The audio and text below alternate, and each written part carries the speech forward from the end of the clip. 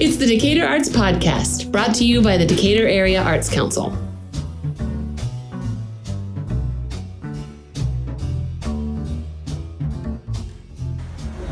So what I feel my work communicates is really what it is that fascinates me, and it's this narrative and this character that exists in the people around us, whether they're people we know or strangers on a train.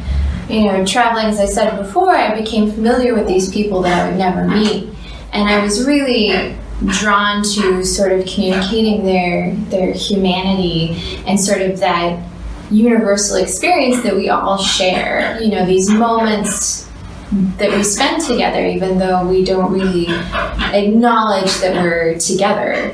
I found that really fascinating and sort of a great source of empathy and kind of excitement for writing every day, was to really discover the individuals around me.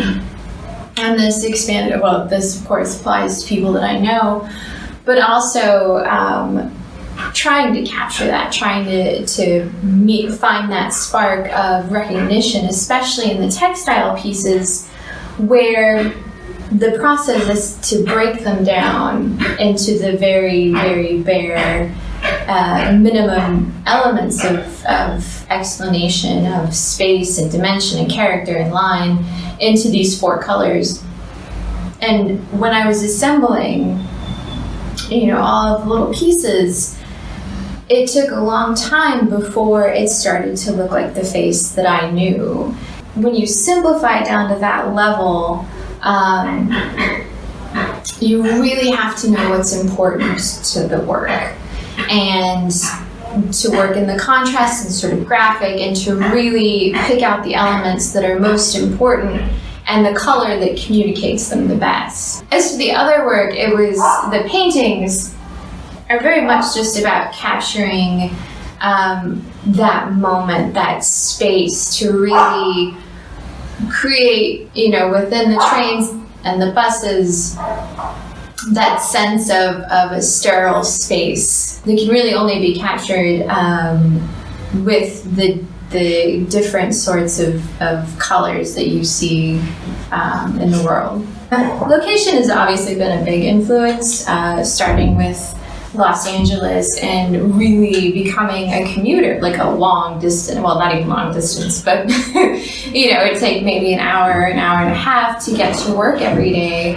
And it was really those times of meditation and sort of idleness that first started to get me to notice the other passengers and to really want to talk about what I was seeing there, and the connection that I was feeling as a commuter in this sort of public space, sharing all of this time with people, being alone in a crowd, or, you know, sort of that isolation that happens in public spaces when maybe you don't feel completely comfortable or at ease.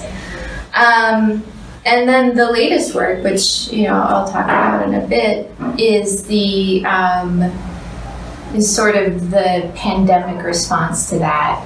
No longer are there public spaces, so my personal story has changed. And while I feel like the focus on character is still very much alive,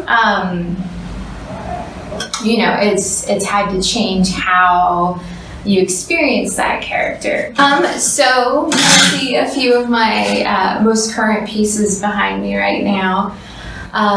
As I said before, when the pandemic happened, it really sort of, you know, put an end to my transport work and even my commuter life. My current work can really be seen as sort of a marriage of these 2 exhibitions.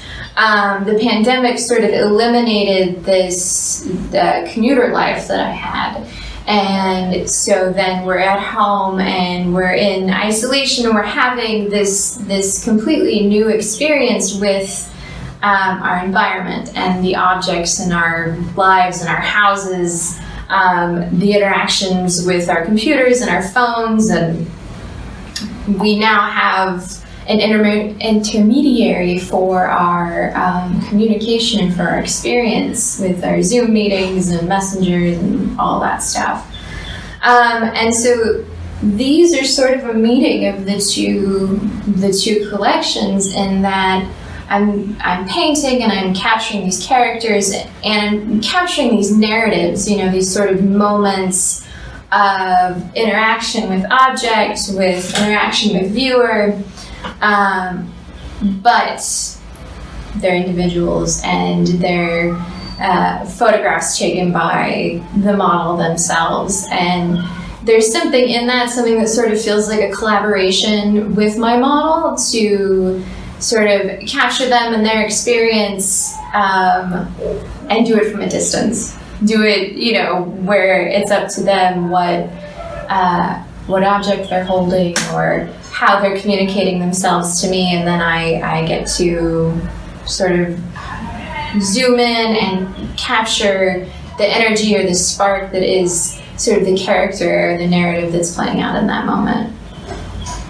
So yeah. I really want to thank you for this opportunity, for this exhibition, for this interview. I'm really disappointed I can't be there because of the travel restrictions right now, but I'm so thrilled that my work is there, and I really hope everyone gets to check it out and really enjoy it.